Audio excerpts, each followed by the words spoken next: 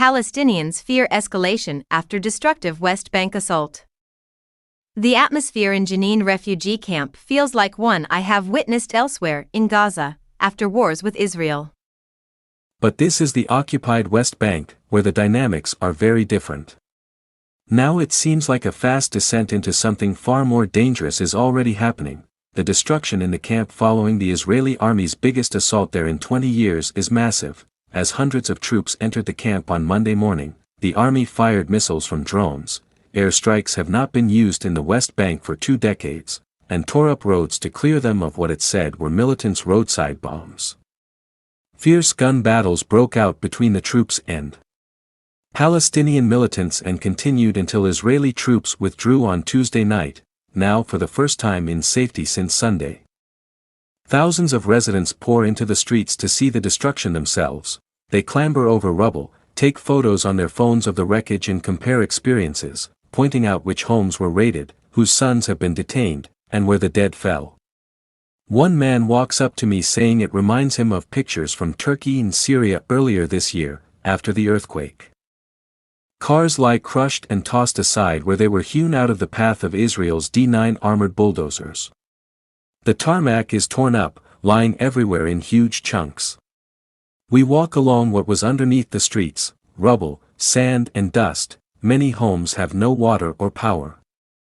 Aid volunteers bring crates of bottled water. They join the recovery workers, some driving the few diggers available. One is removing a downed tree from the top of residential building. It shears away part of the facade of a shop on the ground floor, falling perilously close to us. The Israeli armored convoys pulled out overnight amid intense gunfights with militants. Despite today's calm, everyone fears more is coming.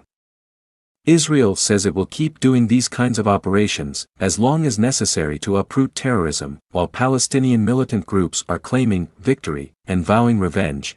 We continue our way through the camp and the funeral processions begin. Thousands of mourners chant as they carry stretchers holding the bodies of some of the 12 Palestinians killed since Monday. 4 of them were aged under 18. Israel said it was targeting militants. Columns of people join. As they march, some men are masked and carrying guns, others wear Islamic Jihad headbands and Hamas flags flutter over a nearby building. Anger grips the crowd as it makes its way towards the homes of the dead, where their mothers and wives await, but the displays of firepower, in public at least, feel less intense than previous funerals. I have been coming to Jenin repeatedly over the last year and a half, as a new generation of armed militants has formed, rejecting the aging Palestinian leadership and shooting at the Israeli army during its growing raids into the city. This is a generation that believes the official Palestinian Authority, PA, sold out on their future and became little more than a security company for Israel's military occupation, which secures the expanding Israeli settlements in the West Bank, built on the land Palestinians want for a future state and illegal under international law. Less gunfire today, but the frustration only intensifies. Overnight young Palestinian men also clashed with the formal security forces of the PA. Jenin is a city that had already slipped well out of its limited control.